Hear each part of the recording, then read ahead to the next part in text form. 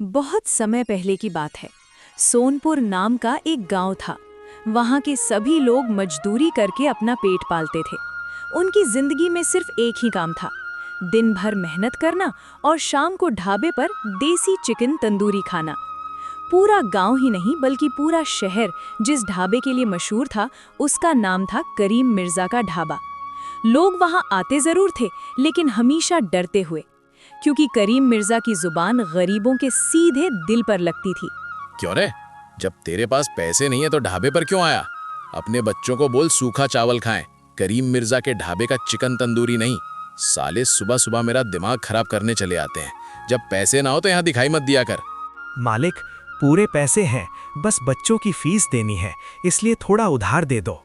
आज बच्चे का जन्मदिन है, उसकी पसंद का खाना खिलाना चाहता हूँ। क्या बोल रहे हो? गरीबों में भी जन्मदिन मनाने लगे क्या? पहले अपनी फटी बनियान ठीक कर लो। मालिक, देख लेना, आपका ये घमंड एक दिन आपको डुबो देगा। एक दिन कोई गरीब ही आपका जवाब देगा। ठीक है, अपना मसीहा कहीं जाकर ढूंढ, यहाँ पर दिमाग मत खराब कर। ग्राहक आने वाले हैं, इससे पहले यहाँ से निकल जा। ऐसे ही वो रोज ग्राहकों से उल्टी सीधी बातें करता, लेकिन ग्राहक मजबूर होकर उसके ढाबे पर ही खाने आते। धीरे धीरे समय बीतता गया और फिर एक दिन गांव का अर्जुन करीम मिर्जा के ढाबे पर गया। तो देखो, ये अर्जुन है। वाह, ये लड़का तो बस मेरे ढाबे की हवा में उड़ने आया है। काम नहीं करेगा, बस सिर पकड़कर बैठ जाएगा और दूसरों का खाना खाएगा। मालिक, मैं सच में काम करना चाहता हूँ। पापा आपके ढाबे पर काम करते थे, मैं भी मेहनत करूंगा, बस मौका दीजिए।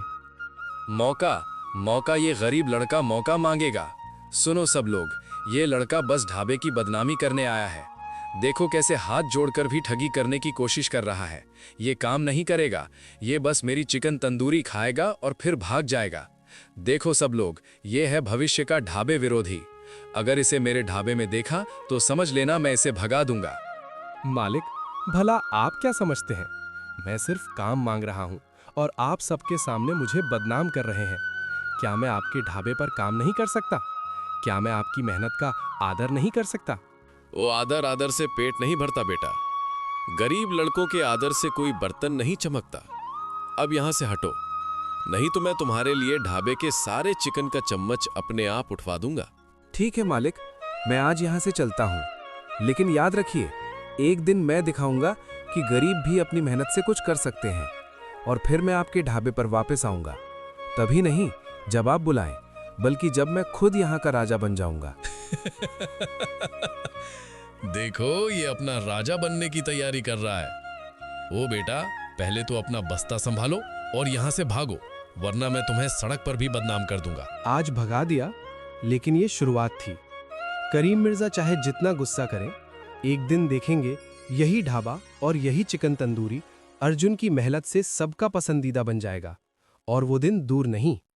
ना बोलकर अर्जुन अपने घर आता है। उसकी माँ उसका उदास चेहरा देखकर पूछ पड़ती है, अर्जुन बेटा, क्या हुआ? इतना उदास क्यों है?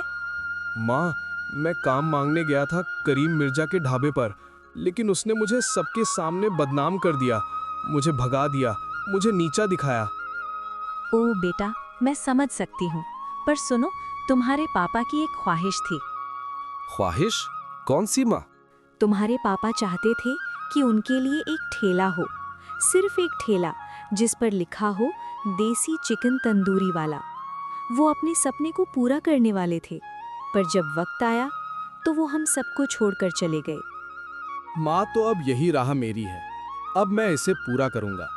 मालिक चाहे जैसा भी करे, मुझे काम नहीं देगा, मुझे भगा देगा, लेकिन मैं अपने पापा का सपना पूरा करूंगा। मैं मेहनत करूंगा और एक दिन वो ठेला और ढाबा सबका पसंदीदा बन जाएगा। बस बेटा, यही सही सोच है। मेहनत कर, जिद दिखा, और याद रखो, तुम सिर्फ अपने लिए नहीं, अपने पापा के लिए और अपने परिवार के लिए भी कर रहे हो। जब तुम मेहनत करोगे तो कोई भी तुम्हें रोक नहीं सकता। हाँ माँ, अब मैं पीछे नहीं हटूंगा। चाहे दुनिया मुझे बदनाम करे, चाहे करीम मिर्जा मुझे भगा दे, मैं अपने पापा का सपना पूरा करूंगा। मैं देसी चिकन तंदूरी वाला ठेला और ढाबा बना दूंगा जो सबको पसंद आएगा। बिल्कुल बेटा, अब मेहनत शुरू करो, समय तुम्हारा इंतजार कर रहा है। अर्जुन ने गहरी सांस ली, अपनी जिद और हिम्मत को संजोते हुए, और ठान लिया अब सिर्फ सपने के पीछे भागना ही उसका मकसद था। वो तुरंत घर से निकल पड़ा और गांव के राय साहब के पास गया, जो उसके पिता का दोस्त नमस्ते था। राय साहब, मैं अर्जुन आपके पास कुछ काम मांगने आया हूँ। अरे अर्जुन, तुम्हारे पापा की याद आ रही थी। बैठो बेटा, क्या बात है? राय साहब, मैं बस इतना चाहता हूँ कि मैं अपने पापा का सपना पूरा करूँ। पापा चाहते थे कि उनके लिए एक ठेला हो जिस पर लिखा हो देसी चिकन तंदूरी वाला, और मैं यही सपना पूरा करना चाहता हूँ। लेकिन पैसे नहीं है, इसलिए मैं कुछ काम करना चाहता हूँ, कोई भी काम, ताकि पैसे जमा कर सकूँ। ओ बेटा, तुम्हारे पापा की ख्वाहिश मैं जानता हूँ। वो हमेशा कहते थे कि मेहनत और ईमानदारी से ही आदमी कुछ बड़ा कर सकता है। तुम्हारे लिए खुशी की बात है कि तुम अब उनकी राह पर चलना चाहते हो। राय साहब, बस मुझे मौका दीजिए, मैं पूरी मेहनत करूँगा। मैं नहीं चाहता कि कोई भी कहे कि अर्जुन ने झूठ बोला या काम नहीं किया। मैं अपने पापा का सपना सच करना चाहता हूँ। बेटा, तुम्हारे पापा की ईमानदारी और मेहनत मुझे याद है। ठीक है, मैं तुम्हें काम देता हूँ। मेरे खेत में रोज सुबह आओ, मेहनत करो, और जो पैसा मिलेगा उसी से तुम्हारा ठेला शुरू करने का सपना पूरा होगा। धन्यवाद राय साहब, मैं कभी आपका भरोसा नहीं तोड़ूंगा। मैं कड़ी मेहनत करूंगा और अपने पापा का सपना पूरा करूंगा। अर्जुन उस दिन राय साहब के यहाँ से लौटा तो उसके कदम जमीन पर थे, लेकिन दिल आसमान में उड़ रहा था। चेहरे पर मुस्कान थी, जैसे दुनिया की सारी परेशानियां उससे दूर हो गई हों। घर पहुंचते ही, बेटा, आज चेहरे पर इतनी बड़ी बड़ी मुस्कान क्यों? माँ, राय साहब ने काम दे दिया। रोज खेत पर जाकर मेहनत करूंगा और जितना पैसा मिलेगा उसे ठेले के लिए जमा करूंगा। बस अब सिर्फ मेहनत और सपना। बहुत खूब बेटा, अब सो जा, कल सुबह उठकर काम पर जाना। अगली सुबह अर्जुन तुरंत घर से निकल पड़ता है और राय साहब के खेत में काम करता है। सुबह से शाम तक काम करने के बाद वो शाम को राय साहब से पैसे लेकर घर आता है। ऐसे ही करते करते उसे महीने बीत गए और फिर जब काफी पैसे इकट्ठा हो गए तब वो राय साहब के पास गया। राय साहब, अब मैं ठेला लेने के लिए तैयार हूँ। आपने जो साथ दिया मैं कभी नहीं भूलूंगा। अब मुझे अपने सपने के अगले कदम बढ़ाने हैं, इसलिए अब मैं काम छोड़ना चाहता हूँ। बेटा, यही तो मेरे दोस्त का खून है। लाख मुश्किलें आए पर सपने से धोखा ना दो। जा, अपने पापा का सपना पूरा कर। और हाँ, जब पहला तंदूरी चिकन बने तो एक प्लेट मेरे लिए अलग रखना। पूरी प्लेट नहीं राय साहब, पूरा ठेला आपको समर्पित रहेगा उस दिन। पूरी प्लेट नहीं राय साहब, पूरा ठेला आपको समर्पित रहेगा उस दिन। चलो ठीक है बेटा, बेस्ट ऑफ लक। जाओ अब। वो तुरंत झटपट घर आता है।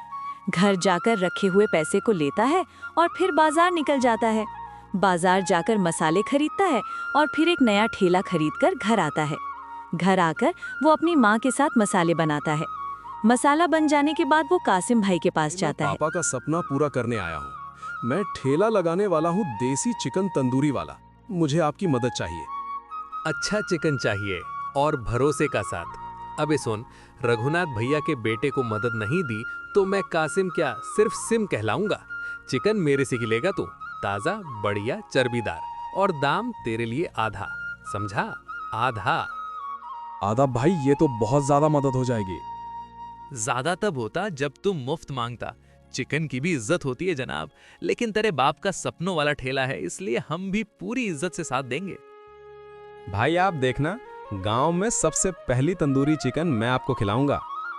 वो तो मैं खा ही लूंगा, पर याद रखना, ठेले पर लिखवाना रघुनाथ का सपना, अर्जुन की मेहनत, ताकि लोग जाने कि बाप का नाम सूरज जैसा होता है, जिससे बेटा रोशन होता है।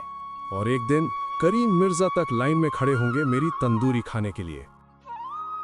इतनी बात कर अर्जुन कासिम से चिकन लेकर घर आता है और फिर घर पर आकर उसे मसाले लगाकर अच्छे तरीके से तैयार करता है। तैयार करने के बाद वो अपना ठेला गांव के चौपाल पर लगा देता है। चिकन तंदूरी की महक ऐसी थी कि जैसे उसके पिता पहले मालिक के ढाबे पर बनाते थे। लोगों के पास जैसे ही महक पहुंची, लोग दौड़े दौड़े उस ठेले पर पहुंच गए। अरे अर्जुन, तूने कौन सा नया खेल कर दिया रे? अभी तो कल ही खेत में काम करते देखा था और आज इस चौपाल पर ठेला लगाकर देसी चिकन तंदूरी वाला बन गया। लेकिन मानना पड़ेगा, ऐसी खुशबू तो आज से पहले कभी आई ही नहीं इस गांव में। पूरा पेट अभी से मचल रहा है कि एक प्लेट मिल जाए तो बस दिल खुश हो जाए। लेकिन एक बात बताओ, ये मसाले की खुशबू कहाँ से आई रे? क्या शहर से लाया है या तेरा कोई गुप्त नुस्खा है जो तू छुपा रहा है? भैया, मसाला हो या मेहनत, सब इसी गांव की है। शहर की चीजें थोड़ी ना है। एक एक दाना मसाला इस ठेले में उसी हिसाब से डाला है जैसे मेरे पापा डालते थे। उनका सपना था कि एक दिन ठेला लगे, तंदूरी बने और लोग कहें रघुनाथ का चिकन सबसे बढ़िया। मैं तो बस वही सपना पूरा करने निकला हूं। पहले एक निवाला खाइए, फिर पूछिए मसाले का राज। जब स्वाद जुबान पर नाचेगा, राज अपने आप बता देगा कि इस तंदूरी में सिर्फ मिर्च मसाला नहीं, बाप का आशीर्वाद भी मिला हुआ है। देख अर्जुन, हमने तो करीम मिर्जा के ढाबे का चिकन भी खा रखा है। उसके सामने टिक गया ना तो मान लेंगे कि रघुनाथ का बेटा सच में बाप का नाम रोशन करेगा, वरना लोग हंसेंगे कि काम छोड़ के ठेले पे आ गया। लेकिन चलो आज तेरे सपने का स्वाद चखते हैं। लगा एक प्लेट।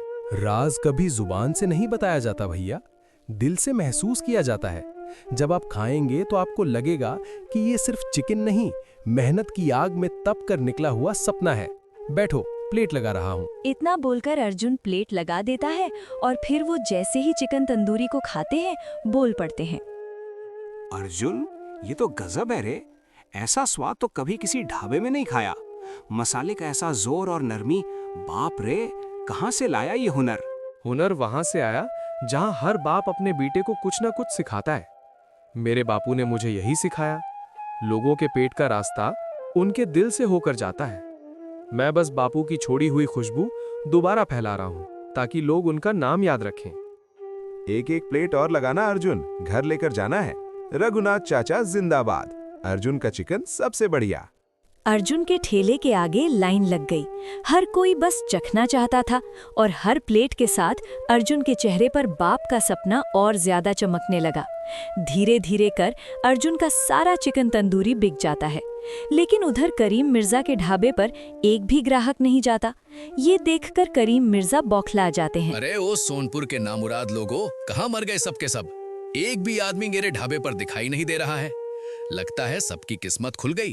क्या सबने अमीरों की तरह तंदूरी मुर्गा खाना शुरू कर दिया? हद रे, जब मेरे चिकन तंदूरी से पेट भरता था तब तो बड़े बड़े नखरे करते। इतना सोचकर करीम मिर्जा ढाबे से घर चले जाते हैं और फिर दूसरे दिन अर्जुन कासिम के पास जाता है, चिकन लाता है और उसे अच्छे तरीके से बनाकर फिर ठेला गांव के चौपाल पर लगा देता है।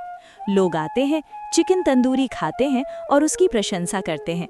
तभी करीम मिर्जा उधर से जा रहे होते हैं और गांव में नया ठेला देखकर रुक जाते हैं। ओए अर्जुन साले, 2 दिन में क्या तेरी चड्डी सिल गई जो तू भी मेरे सामने ठेला लगाकर बैठ गया? कल तक उधार के पैसों पर चिकन खाता था और आज लोगों को खिलाएगा? तेरी औकात है क्या रे? तेरे जैसे नालायक को तो मैं अपने ढाबे के बर्तन मांजने भी ना रखूं और तू मेरे धंधे पर वार करेगा? ऐसी फटेगी जैसी तेरी फटी बनियान। मेरी आंखों के सामने मसीहा बन रहा है। चुपचाप अपना ठेला उठा और निकल ले यहाँ से, वरना ऐसी लात मारूंगा ना कि सोनपुर की सीमा के बाहर जाकर गिरेगा, समझा? करीम मिर्जा से पंगा लेने वाले का यही अंजाम होता है। कंगाल आया था, कंगाल ही जाएगा। करीम मिर्जा, जबान संभाल कर बात कीजिए। गरीब होना गुनाह नहीं होता, लेकिन गरीबों का मजाक उड़ाना बहुत बड़ा गुनाह है। कल तक मैं आपके ढाबे पर इसलिए जाता था क्योंकि पूरा गांव मजबूर था, पर आज हम मजबूर नहीं रहे। आपने कभी किसी की इज्जत नहीं की, ना ग्राहकों की, ना इंसानियत की। अर्जुन, तू समझ क्या रहा है खुद को? एक छोटा सा ठेला लगाकर मेरी बरसों की मेहनत पर पानी फेर देगा? तेरे अंदर इतना भी दिमाग नहीं है कि किससे भिड़ रहा है तू? इस गांव में अगर किसी ने तंदूरी का नाम सुना है तो वो सिर्फ और सिर्फ करीम मिर्जा की वजह से। तेरी औकात तो ये थी कि तू मेरे दरवाजे पर खड़ा होकर कहता, मालिक उधार दे दो, बच्चे भूखे हैं, और आज तू उन्हीं बच्चों के नाम पर मुझे नीचा दिखाने आया है। ये मत भूल, जिस दिन मैंने आग बुझा दी ना, तेरी सारी हीरोपंती धुएं में उड़ जाएगी। मालिक, आपकी आग से हमने हमेशा सिर्फ 2 चीजें देखी, एक चिकन तंदूरी और दूसरा गरीबों की जलती हुई इज्जत। आपने कभी ग्राहक नहीं देखा, हमेशा मजदूर देखा, नौकर देखा, भीगा हुआ नोट देखा, पर कभी इंसान नहीं देखा। हम आपकी गालियां इसलिए सहते रहे क्योंकि हमें पेट की आग बुझानी थी, पर आज ये ठेला सिर्फ खाना बेचने के लिए नहीं लगा है, ये गरीबों की इज्जत बेचने के लिए नहीं झुकेगा। ये ठेला खड़ा हुआ है ताकि कोई गरीब अपनी पसंद का खाना खा सके, बिना आपकी जहरीली बातों के। अब आपकी आग डराएगी नहीं मालिक, हमारी आग चमकेगी। वाह रे वाह, बड़े बड़े भाषण देने की कला आ गई है। लगता है रात भर यही सोचता रहा होगा कि सुबह जाकर मालिक को कैसे जवाब दूंगा। पता है अर्जुन, इस दुनिया में दान पुण्य की बातें सिर्फ वही करता है जिसके पास देने को कुछ नहीं होता। तुझे लगता है ये लोग तेरे साथ रहेंगे, तेरी तंदूरी खाएंगे? मेरे ढाबे की खुशबू से ही इनके मुंह में पानी आ जाता है। तेरी कढ़ाई में तो अब तक तेल भी गर्म नहीं हुआ होगा और तुम मुझे टक्कर देने की सोच रहा है। तेरी औकात है क्या? ये ठेला कुछ ही दिनों में कबाड़ में बिकेगा और तू वहीं वापस आएगा जहां था, मेरे ढाबे के बाहर। हो सकता है मालिक, मैं गिर जाऊं, हार जाऊं, पर अब आपके पैरों में नहीं गिरूंगा। आप सही कह रहे हैं, मेरे पास देने को ज्यादा कुछ नहीं है, लेकिन दिल है, इज्जत है, मेहनत है और सबसे बड़ी बात, गांव वालों का दर्द समझने की समझ है। आपने सालों तक इन्हें खाना दिया, पर हर निवाले में इन्हें अपमान खिलाया। मैं कमाऊंगा कम, कमाऊंगा धीमे, पर हर प्लेट में इज्जत दूंगा। और मालिक, इज्जत बेचने वाला धंधा ज्यादा दिन नहीं चलता। याद रखना अर्जुन, इस गांव में नियम वही चलता है जो मैं बनाता हूं। अगर तू इस ठेले पर बैठ गया तो मैं तेरी जिंदगी इतनी मुश्किल कर दूंगा कि तू खुद ही भाग जाएगा। तेरे सामने आने वाले हर ग्राहक को मैं रोकूंगा, हर सप्लायर को धमकाऊंगा और अगर कोई तेरे पास खड़ा भी हुआ ना तो उसकी भी शामत आ जाएगी। मैं तेरे सपने को इसी सड़क पर रौंद दूंगा। करीम मिर्जा को चुनौती देने वाला आज तक पैदा नहीं हुआ। मालिक, धमकी देकर आप सिर्फ डरपोकों को झुका सकते हैं और आज गांव के गरीब लोग डरपोक नहीं रहे। आप कहते हैं कि आपके खिलाफ खड़ा होने वाला कोई पैदा नहीं हुआ, तो समझ लीजिए आज वो पैदा हो गया। तेरी गर्मी कैसे निकलेगी मुझे अच्छी तरह पता है, तू टेंशन मत ले। इतनी बात कर करीम मिर्जा ढाबे पर चले जाते हैं। तभी उनके पास गांव का रामू आता है। रामू का काम सिर्फ बातों को इधर उधर करना था। मालिक, क्या हुआ? आप इतने मायूस काहे हो? चेहरा देखकर ऐसा लग रहा है कि जलन हो रही है अर्जुन के ठेले से। क्यों मालिक, मैं सही बोला ना? हाँ रामू, तू सही बोल रहा है। साला मेरा माथा गर्म हो गया है उसके चक्कर में, और गांव के लोग तो ऐसे हो गए हैं कि एक भी ग्राहक मेरे ढाबे पर नहीं आ रहा है। अब कर भी क्या सकता हूँ? इसमें गलती अर्जुन की भी नहीं है, सारी गलती गांव वालों की है। अरे मालिक, जब बात सीधी उंगली से ना बने तो उंगली टेढ़ी करनी पड़ती है। मतलब जब बात अर्जुन और गांव वालों से ना बने तब बात कासिम से बनेगी। वही कासिम जो अर्जुन को चिकन देता है। वैसे उससे बात करना बहुत मुश्किल होगा क्योंकि आप असलम से अपना चिकन खरीदते हैं। फिर भी अगर हम कासिम को लालच दें और उससे बोले कि अर्जुन को सड़ा गला और पुराना चिकन दे, तो कहीं ना कहीं ग्राहक को वो स्वाद पसंद नहीं आएगा और फिर दौड़े दौड़े इस ढाबे पर आएंगे। अरे वाह रामू, लोग सिर्फ तुम्हें चमचा कहते हैं, पर आज असली चमचा होने का फर्ज निभा दिया। तुम्हारा दिमाग वाकई चमचे वाला है। तुम सही कह रहे हो, अब मुझे ऐसा ही करना होगा। इतनी बात कर तुरंत करीम मिर्जा कासिम की दुकान की तरफ निकल पड़ते हैं और थोड़ी देर में कासिम की दुकान पर पहुंच जाते हैं। तुम्हारा क्या हाल है? चेहरा देखकर ऐसा लग रहा है जैसे तुम्हें किसी चीज की दिक्कत है। जिस चीज की दिक्कत मुझे है तुम्हें पता है, फिर भी मैं तुम्हारे पास आया हूँ। मेरी मदद करो। देखो, मैं बहुत दिन से ढाबा चला रहा हूँ। अगर अचानक ढाबा बंद हो जाए तो कितनी बदनामी होगी। मैं तुम्हें पैसे दूंगा, तुम्हारे चिकन के 2 गुना पैसे दूंगा। बस तुम विजय को सड़ा गला चिकन देना शुरू कर दो।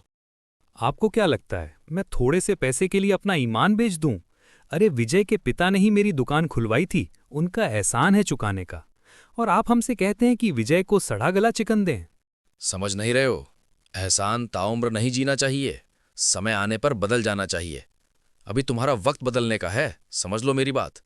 पैसे दूंगा, 2 गुना दूंगा। एहसान वो भी तुमसे? कभी नहीं। मालिक, बदलना तुम्हें आता होगा, मुझे नहीं। मैं आपकी मदद नहीं कर सकता, आप यहाँ से चले जाएं। कासिम की ये बात सुनकर करीम मिर्जा अपने घर वापस चले आते हैं। धीरे धीरे उनका ढाबा बंद हो जाता है और फिर करीम मिर्जा अपना ढाबा अर्जुन को बेच देते हैं।